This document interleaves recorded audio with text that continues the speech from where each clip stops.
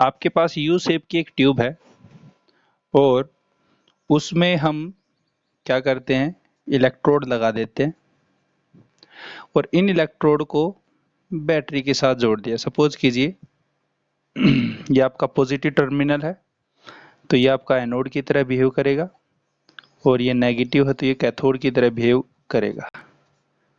ठीक है, ये आपका नेगेटिव और ये आपका पॉजिटिव। ठीक, और यहाँ पे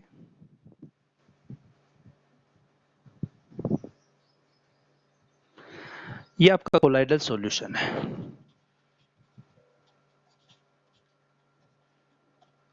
ठीक है, ये आपका कोलाइडल सॉल्यूशन था और इसके अंदर आपके क्या है, कोलाइडल पार्टिकल्स हैं। ये आपके क्या है, कोलाइडल पार्टिकल्स हैं।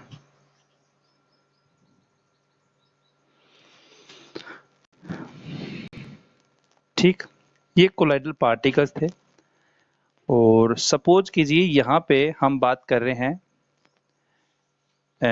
जो अपन कोलाइडल सॉल्यूशन ले रहे हैं यहाँ पे, वो यहाँ पे हम क्या ले रहे हैं, नेगेटिवली चार्ज ले रहे हैं। और नेगेटिवली चार्ज में सपोज कीजिए हमने यहाँ पे क्या ले लिया, गोल्ड सोल ले लिया, गोल्ड सोल ले लिया। ठीक है, गोल्ड सोल ले लिया या कोई भी मेटल आपका यहाँ पे मेटल सल्फाइड ले लिया। मेटल सल्फाइड में जैसे आर्सेनिक सल्फाइड आपका हो गया, ये भी आपका क्या है, नेगेटिवली चार्ज कोलाइडल सॉल्यूशन है। तो यहाँ पे ये कैसा चार्ज का है, नेगेटिव चार्ज का है। जैसे इलेक्ट्रिक फील्ड लगाओगे तो यहाँ पे क्या करेगा, ये नेगेटिव चार्ज जो पार्टिकल्स हैं वो क्या करेंगे, पॉजिटिव की साइड क्या करेंगे, आपके मूव करेंगे। किसकी प्रेजेंस में ये मूव कर रहे हैं, इलेक्ट्रिक फील्ड की प्रेजेंस में ये मूवमेंट हो रही है आपकी। तो इसको हम यहाँ पे क्या बोलते हैं, ये जो मूवमेंट हो रही है, ये मूवमेंट आपकी क्या हो रही थी बेटा, कि जो मूवमेंट हो रही है आपकी किसकी हो रही है, यहाँ पे मूवमेंट ऑफ किसकी हो रही है, कोलाइडल पार्टिकल्स की हो रही है। कोलाइडल पार्टिकल कौन से आपके, जो ये डिस्पर्स फेज के पार्टिकल्स हैं उसके मूवमेंट ऑफ डिस्पर्स्ड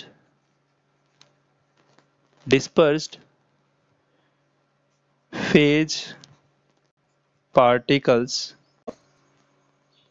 तो इलेक्ट्रोफोरेसिस बेसिकली क्या था आपका, कि यहाँ पे कोलाइडल पार्टिकल्स का मूवमेंट हो रहा था इलेक्ट्रिक फील्ड की प्रेजेंस में। अपोजिटिवली चार्ज इलेक्ट्रोड, यहाँ पे आपने जो कोलाइडल सॉल्यूशन लिया वो कैसा है, नेगेटिवली चार्ज आपका। यहाँ पे नेगेटिवली चार्ज है तो इलेक्ट्रिक फील्ड की प्रेजेंस में क्या करेगा, आपका पॉजिटिवली चार्ज की साइड क्या करेगा, मूव करेगा। तो ये जो मूवमेंट हो रहा है अपोजिटली चार्ज इलेक्ट्रोड की साइड में, इसी को बोलते हैं electrophoresis. Electro means electric field की प्रेजेंस में आपका हो रहा है। तो मूवमेंट अगर कैथोड की साइड हो तो उसको कैथोफोरेसिस बोलेंगे, अगर एनोड की साइड मूवमेंट हो तो इसको एनाफोरेसिस बोलते हैं। ठीक, क्या बोलते हैं इसको, कैथोफोरेसिस, और इसको क्या बोलेंगे, एनाफोरेसिस। ठीक है, ये तो मूवमेंट किसका हो रहा था, आपका डिस्पर्स फेज पार्टिकल्स का हो रहा था। अगर यहाँ पे जो पार्टिकल्स है, कौन से particles, particles of dispersion medium, अगर डिस्पर्जन मीडियम के पार्टिकल्स क्या करें, मूव करें, तो उसको हम क्या बोलेंगे, इलेक्ट्रो ओस्मोसिस। ठीक है, उसको बोलते हैं इलेक्ट्रो ओस्मोसिस। इलेक्ट्रो ओस्मोसिस में फर्क यही है कि इसमें डिस्पर्जन जो आपके मीडियम है उसके पार्टिकल्स मूव करते हैं, और इलेक्ट्रोफोरेसिस में यहाँ पे जो डिस्पर्स फेज है, कोलाइडल पार्टिकल्स है, उनकी मूवमेंट आपकी होती है। ठीक है, इतनी बात समझ में आएगी सभी को, बोलिए, बोलो बेटा।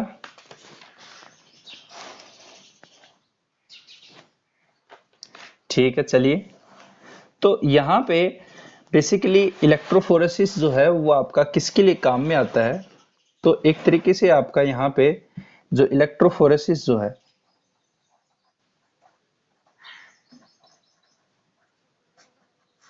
इलेक्ट्रोफोरेसिस जो है वो बेसिकली क्या करता है कि कोलाइडल सॉल्यूशन जो है आपके, उस कोलाइडल सॉल्यूशन के ऊपर चार्ज कैसे पता करते हैं, हम यही ऐसे पता करते हैं कि आपने कोलाइडल सॉल्यूशन डाल दिया, अगर वो आपका क्या करता है एनोड की साइड मूव करता है तो हम ये पता कर लेते हैं कि कोलाइडल सॉल्यूशन आपका नेगेटिवली चार्ज है।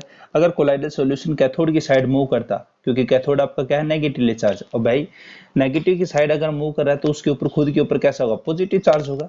तो इलेक्ट्रोफोरेसिस जो होता है वो किसके लिए काम में आता है कि चार्ज कैसा है कोलाइडल सॉल्यूशन के ऊपर उसको मेजर करने के लिए काम में आता है। तो यहाँ पे हम ये लिख सकते हैं कि इट मेजर या इट आइडेंटिफाई या it measure electrical electrical charge on colloidal solution. जो कोलाइडल सॉल्यूशन है उसके ऊपर इलेक्ट्रिकल चार्ज कैसा है उसको मेजर करने के लिए इलेक्ट्रोफोरेसिस मेथड यूज किया जाता है।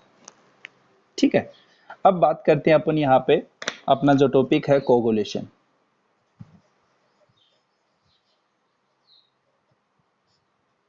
ठीक है, तो नेक्स्ट हेडिंग आप लिख दीजिए कोगुलेशन आपका है क्या चीज, उसके बारे में अपन बात करते हैं।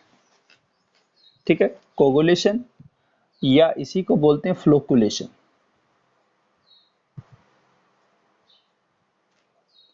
ठीक है, इसी को हम क्या बोलेंगे फ्लोकुलेशन बोलेंगे, और इसी को हम क्या बोलेंगे प्रेसिपिटेशन बोलेंगे, प्रेसिपिटेशन, जिसको शॉर्ट फॉर्म में पीपीटी बोलते हैं।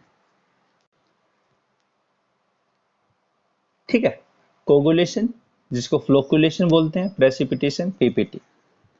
देखिए कोगुलेशन जो है वो होता क्या है, हमें पता है कि जो कोलाइडल सॉल्यूशन है, ठीक है, कोलाइडल सॉल्यूशन आपके कैसे हैं चार्ज नेचर के होते हैं, उनके ऊपर चार्ज होता है, पॉजिटिवली चार्ज होते हैं नेगेटिवली चार्ज होते हैं। अगर हम इसमें क्या डाल दें इलेक्ट्रोलाइट्स डाल दें, इलेक्ट्रोलाइट्स कैसे डाल दें, सपोज कीजिए अगर ये पॉजिटिव चार्ज है और यहाँ पे अपन कैसे डाल दें अपोजिटिवली चार्ज डाल दें, अपोजिटिवली क्या करें अपोजिटिवली चार्ज इलेक्ट्रोलाइट डाल दें। सपोज कीजिए पॉजिटिव है, यहाँ पे अपन नेगेटिव ले लें, तो एक तरीके से यहाँ पे क्या बनेगा प्रेसिपिटेशन होगा, और यहाँ पे प्रेसिपिटेशन होके आपका क्या हो जाएगा, जो मॉलिक्यूल्स थे, जो आपके कोलाइडल पार्टिकल्स थे वो न्यूट्रलाइज होके बिगर मॉलिक्यूल्स बना लेते हैं, और यहाँ पे प्रेसिपिटेशन पीपीटी बना लेते हैं। इस प्रोसेस को हम क्या बोलते हैं कोगुलेशन, फ्लोकुलेशन या प्रेसिपिटेशन, इसी को बोलते हैं। तो यहाँ पे आपके पास सपोज कीजिए कोई यहाँ पे हम ये कोलाइडल सॉल्यूशन लिया है अपन ने, ठीक है, और ये कोलाइडल सॉल्यूशन जो है वो आपका सपोज कीजिए अपन ने मेटल सल्फाइड लिया है, और मेटल सल्फाइड में आर्सेनिक और आर्सेनिक सल्फाइड ले लिया। ठीक है, और यहाँ पे अपन ने ये कैसा है आपका नेगेटिवली चार्ज है हमें पता है अभी, और ये नेगेटिवली चार्ज है तो इसमें हम क्या करते हैं पॉजिटिवली चार्ज इलेक्ट्रोलाइट डाल देते हैं। पॉजिटिवली चार्ज इलेक्ट्रोलाइट हमने क्या किए इसमें इलेक्ट्रोलाइट डाल दिए, सपोज कीजिए Na+ डाल दिया या Mg2+ डाल दिया, ये फिर अपन ने Al3+ डाल दिया। ये आपके पॉजिटिवली चार्ज क्या है इलेक्ट्रोलाइट्स हैं। ये इलेक्ट्रोलाइट्स डालने के बाद यहाँ पे क्या होगा न्यूट्रलाइजेशन होगा, न्यूट्रलाइजेशन रिएक्शन होगी आपकी एक तरीके से, और न्यूट्रलाइजेशन रिएक्शन होके आपका यहाँ पे क्या बनाएगा पीपीटी बनाएगा, प्रेसिपिटेशन फॉर्मेशन आपका होगा। ये जो प्रोसेस होगा इसी प्रोसेस को हम क्या बोलते हैं कोगुलेशन बोलते हैं। इस प्रोसेस को ही हम क्या बोलते हैं यहाँ पे कोगुलेशन बोला जाता है। ठीक है बेटा, इतनी बात समझ में आ गया आपको। तो कोगुलेशन की सिंपल सी अगर डेफिनेशन बनाए तो यहाँ पे क्या होगा कि when when when we add a positively charged electrolyte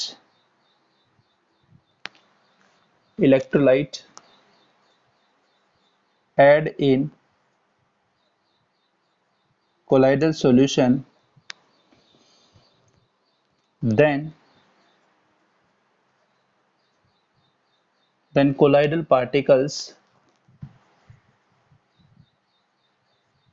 particles form bigger particles bigger particles which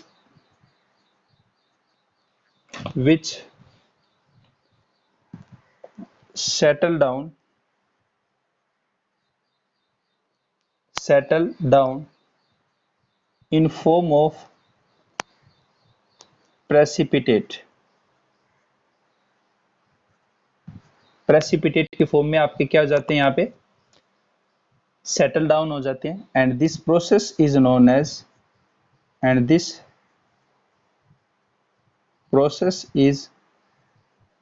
as इसी प्रोसेस को हम क्या बोलेंगे, कोगुलेशन बोलेंगे। इसी को हम क्या बोलेंगे, फ्लोकुलेशन बोलेंगे। और इसी को हम क्या बोलेंगे, प्रेसिपिटेशन बोलेंगे। कोगुलेशन, फ्लोकुलेशन और इसी को हम क्या बोलेंगे, प्रेसिपिटेशन बोलेंगे। ठीक है, फटाफट डेफिनेशन उतार दो। तो कोगुलेशन, फ्लोकुलेशन और प्रेसिपिटेशन की डेफिनेशन आपकी ये है। ठीक है बेटा,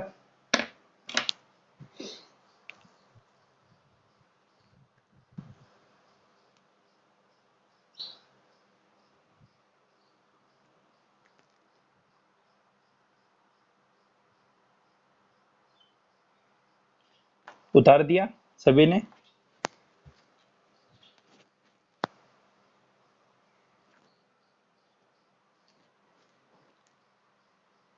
ठीक है, चलिए अब बात करते हैं। देखिए बेटा, यहाँ पे कुछ छोटी छोटी टर्म्स है इसी के अंदर।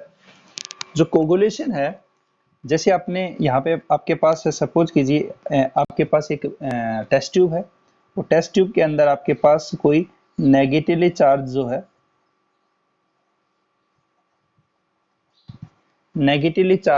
वो आपका क्या है, कोलाइडल सॉल्यूशन है।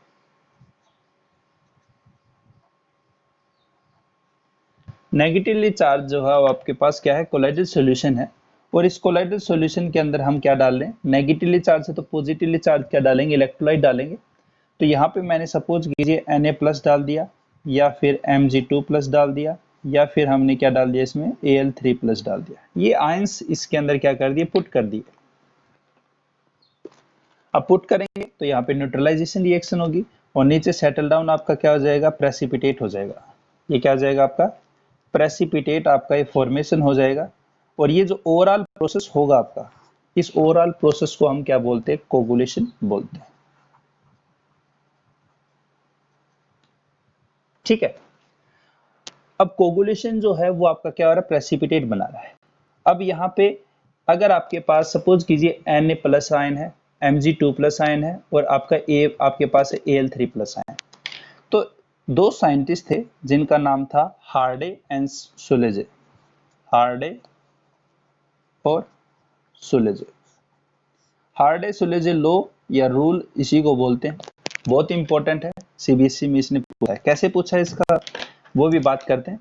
तो हार्डे सुलेजे कहता क्या है कि जो आयन है जिसके ऊपर जितना ज्यादा आपका क्या होगा, चार्ज होगा, मतलब जितनी ज्यादा उसकी वैलेंसी होगी, उतना ही उसका क्या होगा, कोगुलेशन होने की क्या करेगा, फास्ट कोगुलेशन करेगा। जैसे सपोज कीजिए यहाँ पे आपके पास आयन है Na+, sodium ion, magnesium ion और एल्यूमिनियम आयन।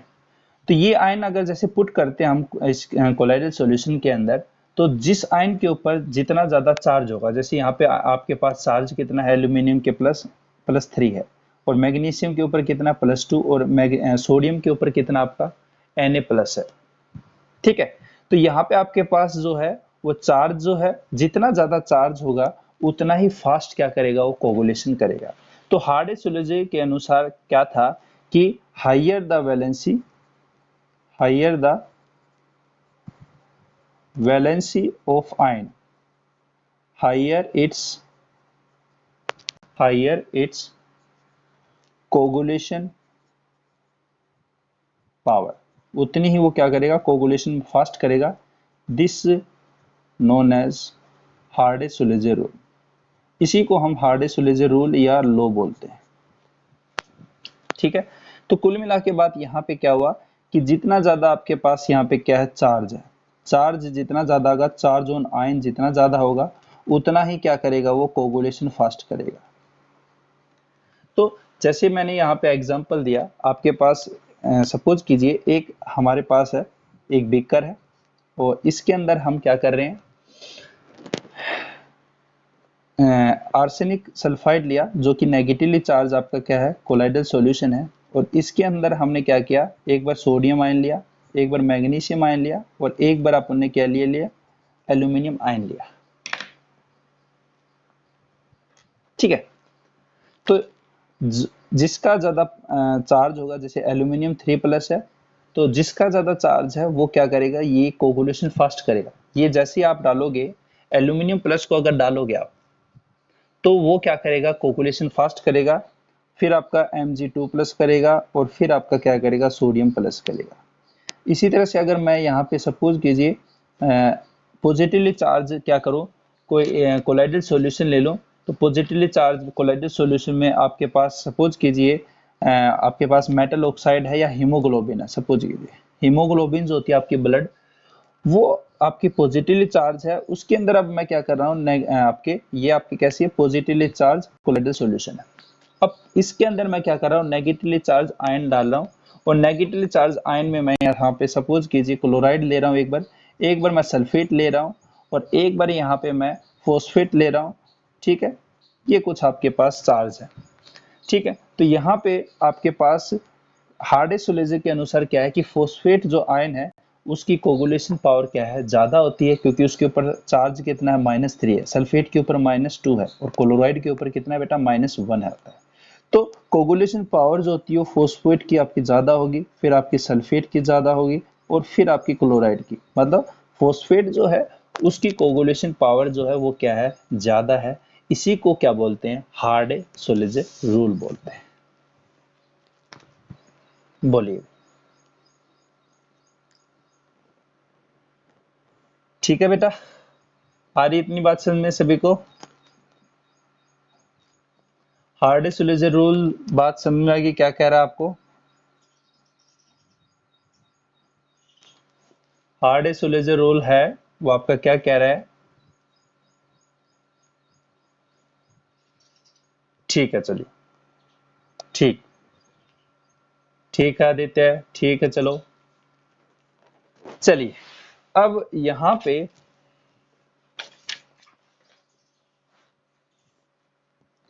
अब इसमें कुछ कुछ टर्म्स और आते हैं। क्या क्या आती हैं आपके पास टर्म्स?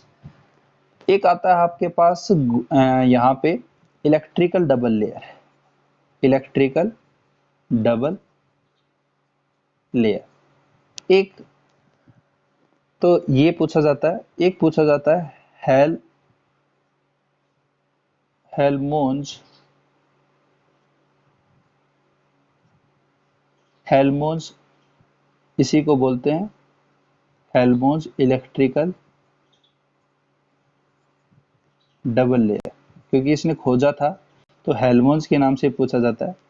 नेक्स्ट इसमें छोटा सा टॉपिक और है, gold number. Gold number basically आपका प्रोटेक्टिव कोलॉइड्स में पूछा जाता है। ठीक है, purification, purification of colloidal solution भी अभी बात करेंगे।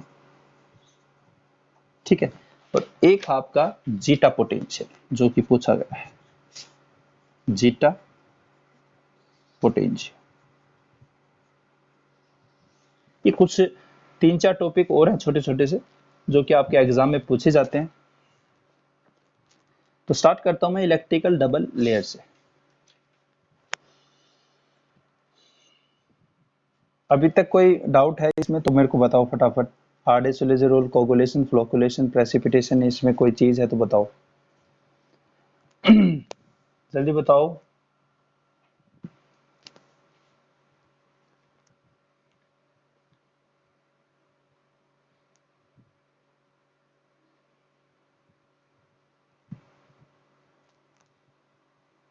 बोलिए, जल्दी बोलिए, कोई डाउट है तो बताओ मेरे को।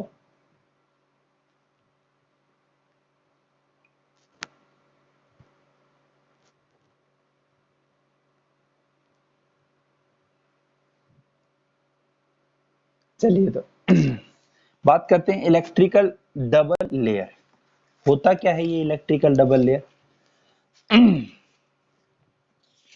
इलेक्ट्रिकल डबल लेयर होता क्या है, देखिए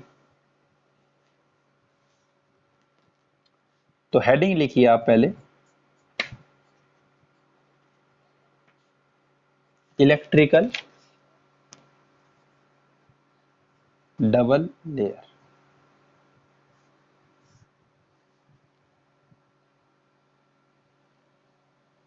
ठीक है, ये बताया किसने था? सबसे पहले ये बताया था हेल्महोल्ट्ज नाम के साइंटिस्ट ने। एक साइंटिस्ट था जिसने इसको डिस्कवर किया था। इसने क्या ऑब्जर्व किया? इसने क्या किया कि यहाँ पे एक सॉल्यूशन लिया FeCl3 और इसकी रिएक्शन करा दी किसके साथ? वाटर के साथ करा दी। वाटर के साथ रिएक्शन कराने के बाद इसको क्या मिला? फेरिक यहाँ पे हाइड्रोक्साइड मिला। अगर इसकी रिएक्शन कराएं फेरिक हाइड्रोक्साइड तो आपको 3HCl और मिलेंगे, हाँ या ना? देखिए Fe कितना है? 1 है, इस साइड भी 1 है Fe। क्लोराइड कितने हैं? 3। क्लोराइड यहाँ पे भी बेटा आपके 3 है। बात करूं यहाँ पे हाइड्रोजन कितने? 6। 3 हाइड्रोजन यहाँ पे हैं और 3 हाइड्रोजन आपके यहाँ पे। ठीक है, तो रिएक्शन आपकी ये हुई। इसने क्या कहा कि अगर हम फेरिक क्लोराइड, मतलब आपके पास यहाँ पे कोई हॉट वाटर है और उस हॉट वाटर के अंदर अपन क्या डाल दें? फेरिक क्लोराइड डाल दें। ठीक है, फेरिक क्लोराइड अगर अपन डाल देते हैं तो यहाँ पे अपने को क्या ऑब्जर्वेशन मिलता है कि ये जो फेरिक हाइड्रोक्साइड बना है आपका, ठीक है, ये आपका कोलाइडल पार्टिकल्स है एक तरीके से, और इसके ऊपर जो है वो आपका फेरिक हाइड्रोक्साइड, फेरिक के आयन जो है वो एडजॉर्ब हो जाते हैं। फेरिक आयन जो है वो आपके क्या होगी? एडजॉर्ब होगी। ये रिएक्शन कैसे होगी? देखिए, जो फेरिक हाइड्रोक्साइड है इसकी रिएक्शन फर्दर हम FeCl3 के साथ कराते हैं और यहाँ पे आपको क्या मिला? FeOH3, ठीक है, और यहाँ पे Fe3+ और बचा क्या आपका? 3Cl-। ये जो लेयर बनी है जो आपका FeOH3, ये आपका हो गया कोलाइडल पार्टिकल्स, और कोलाइडल पार्टिकल का साइज इतना है कि वो आपका एडजोर्बेंट की तरह आपका क्या कर सकता है? एक्ट कर सकता है। एडजोर्बेंट एक्ट करेगा तो यहाँ पे Fe3+, को भाई, ठीक है, तो यहाँ पे Fe3+,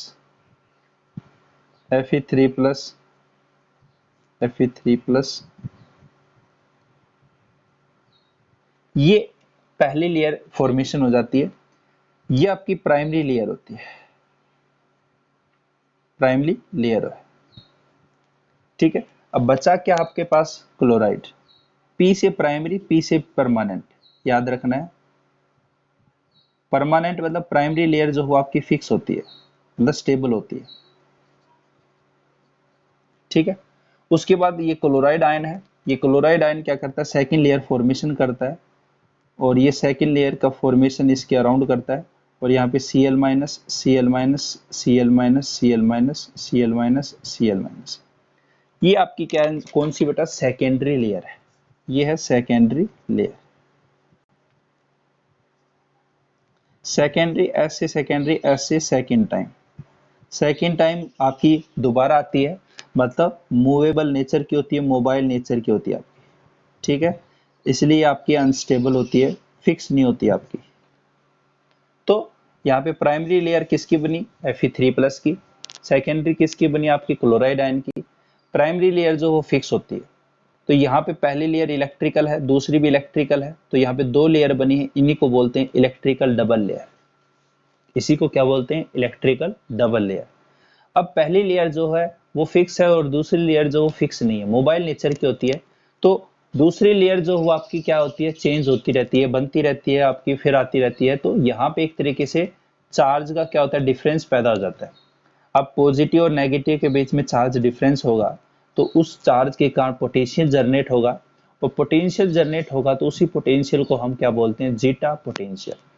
ठीक है, तो मैं एक एक करके अब बात करता हूं। यहाँ पे देखिए मैंने यहाँ पे क्या कहा कि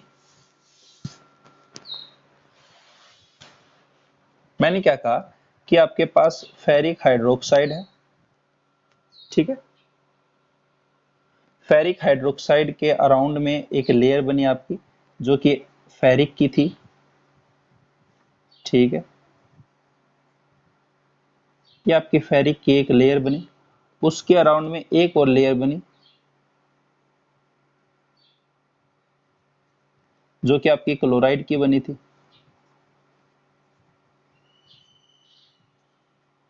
ठीक है, पहली लेयर किसकी है, पहली लेयर फेरिक की है, प्राइमरी लेयर है। सेकेंडरी है आपकी क्लोराइड की, या आपकी सेकेंडरी लेयर।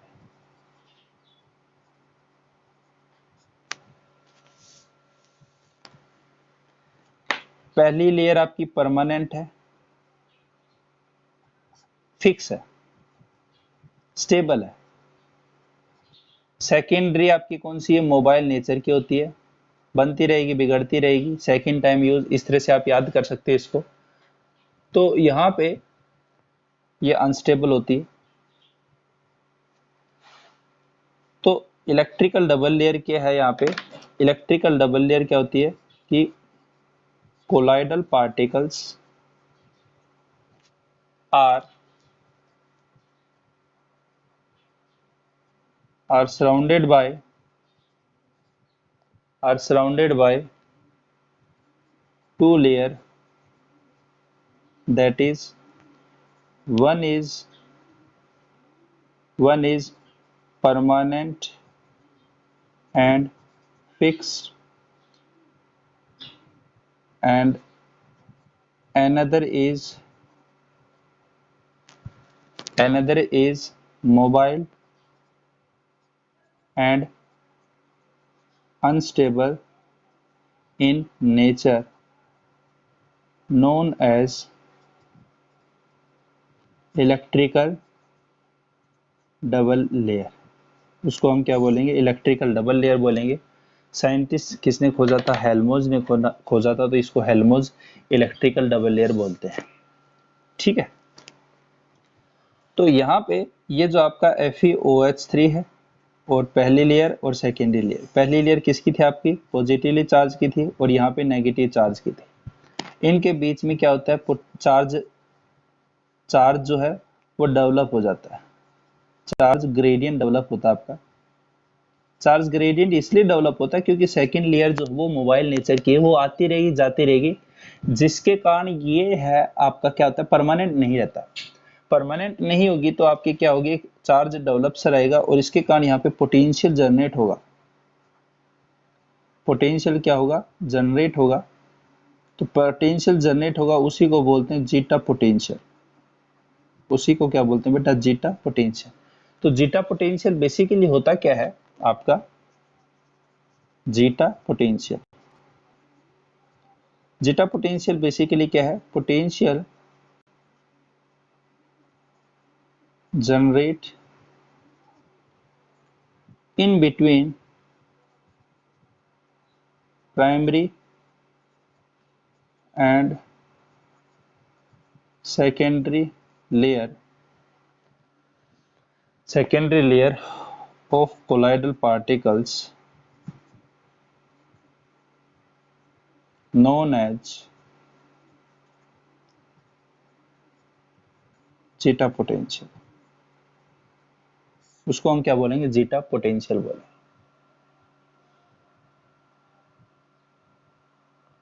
ठीक है, लिख दिया होगा सभी ने।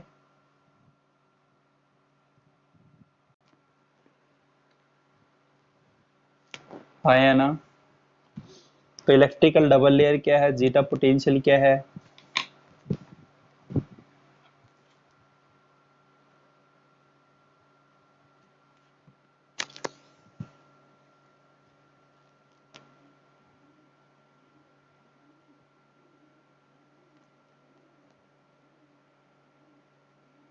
उतार दिया सभी ने।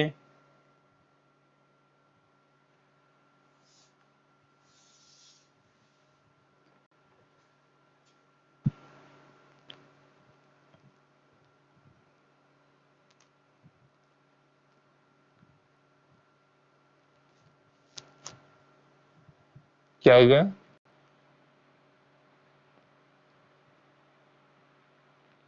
बोलो, नीचे करो।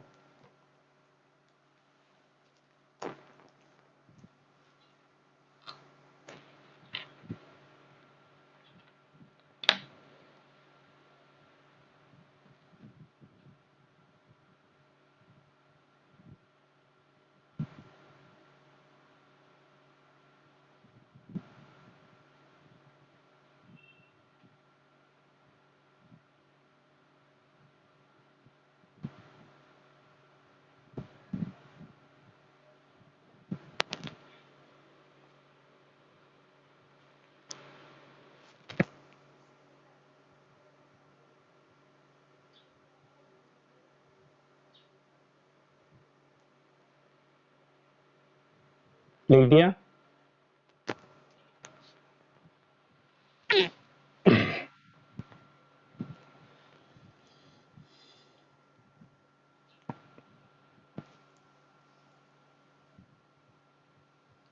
सभी ने लिख दिया बेटा? सुमित स्वामी, कोई तो बोलो। मेहरीन, वेरी गुड बेटा, बहुत बढ़िया। समझ में आ रहा है कि मेहरीन? आवाज आ रही है क्या? मेहरीन, आवाज आ रही है बेटा? सुमित स्वामी, वेरी गुड बेटा। ठीक है, चलिए इस तपस्या को बरकरार रखना। बस यहाँ पे आदमी टूटेगा, ये ध्यान रखना बेटा। आधे तो बच्चे यहाँ पे टूट टाट गए हैं, ये ध्यान रखो। बस यहाँ पे आपने अपने आप को थोड़ा सा स्ट्रोंग रखा तो जीत जाओगे आराम से, कोई दिक्कत नहीं है। स्कूल 1 महीने भी 1.5 महीने भी खुल जाएगी ना, तो मैं आपका बैकअप करा दूंगा, कोई दिक्कत की बात नहीं है। और वो नहीं सोचेंगे कि स्कूल में खुलने के बाद सिलेबस हो, फलाना हो, तो वो गए काम से। नोट्स भी बना लोगे, समझाने का काम, उसको दिमाग में सेट करने का काम मेरा है। तब तक ये है कि आप नोट्स तो बना लो, ये है नोट्स बना लो, उसको समझ लो जितना समझा जाए। एक बार में देखो सारी चीजें समझी भी नहीं जाती। आपके माइंड में चल रहा होगा सर केमिस्ट्री में क्या करें, कितना तो समझ में आए, कितना मतलब डाटा आपको कितना फीड करना है। वो बार बार क्या है कि एक तरीके से इसको बार बार रिपीट करना पड़ेगा, दिमाग में सेट करना पड़ेगा। पहली बार पढ़ोगे 10-15% ही समझ में आएगा, पर बार बार इसको थोड़ा सा पढ़ते रहोगे ना तो कोई दिक्कत नहीं है, फैमिलियर हो जाओगे इन चीजों से। हम भी ऐसे थे बेटा, कोई वो ऐसे नहीं कि हमें कोई बड़े तीर मारे थे हमने कोई। तो ये है कि बस जैसे आपको गाइड करता हूँ वैसे करते जाओ, कोई दिक्कत की बात नहीं है। जितने नोट्स आपको बताता हूँ, और एनसीईआरटी बहुत है आपके लिए। ठीक है, पेपर जब करेंगे ना, पेपर से आपकी सारी डाउट हैं वो सारी चीज सोल्व हो जाएंगे आपकी। बस अभी आपका बस इतना ही काम है, एनसीईआरटी के रीडिंग मारते रहो और नोट्स जो है वो पढ़ते रहो। जितनी बार नोट्स पढ़े जाएं, एनसीईआरटी पढ़ी जाए, उतनी बार पढ़ो आप। पेपर देखेंगे, पेपर देखने के टाइम पे आप किताब देखोगे। फिर बच्चों की यही साइकोलॉजी होती है कि जब उसको पढ़ने बैठते हैं कि पेपर लेके बैठ गए तो उसमें अरे ये टॉपिक तो पढ़ा ही नहीं था, पहले इसको पढ़ लेते हैं, तो इसको ऐसे है थोड़ा सा। तो अभी आप नोट्स और जो है और आपके एनसीईआरटी इसको थोड़ा सा मतलब पढ़ते रहो, इससे फैमिलियर होते रहो। हाँ भाई ये टॉपिक यहाँ पे है, मतलब आपको इतना पता होना चाहिए कि ये टॉपिक जो है मतलब इस एनसीईआरटी में इस पेज पे है। मतलब आपका दिमाग जो है वो तो उसको पूरा फोटो फोटो खींच ले।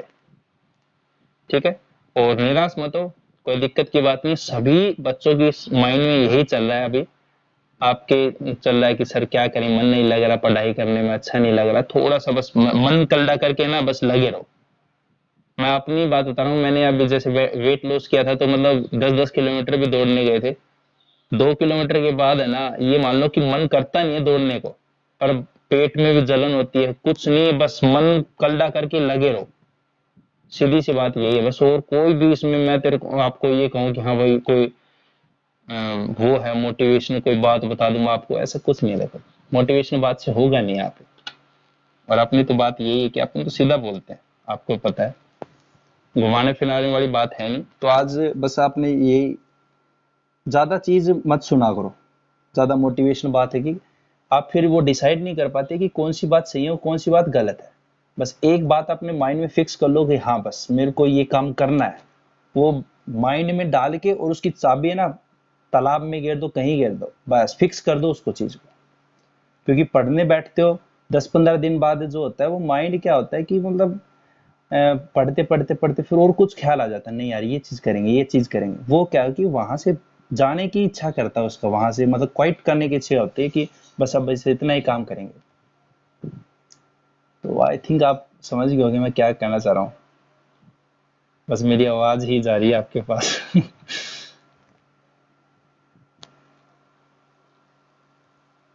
आज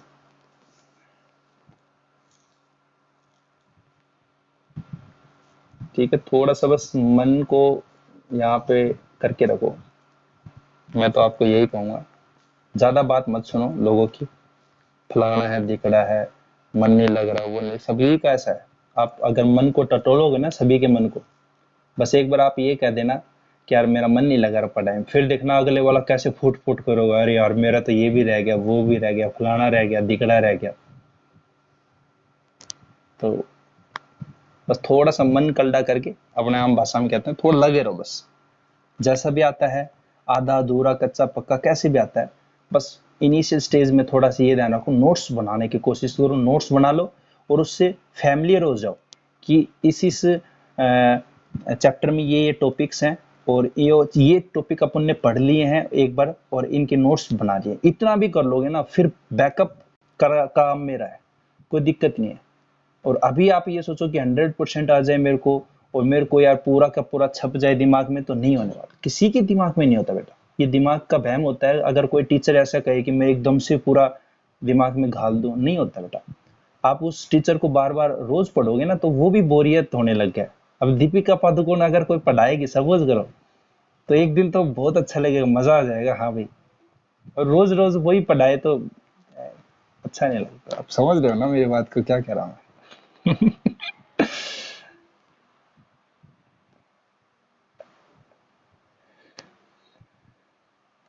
ठीक,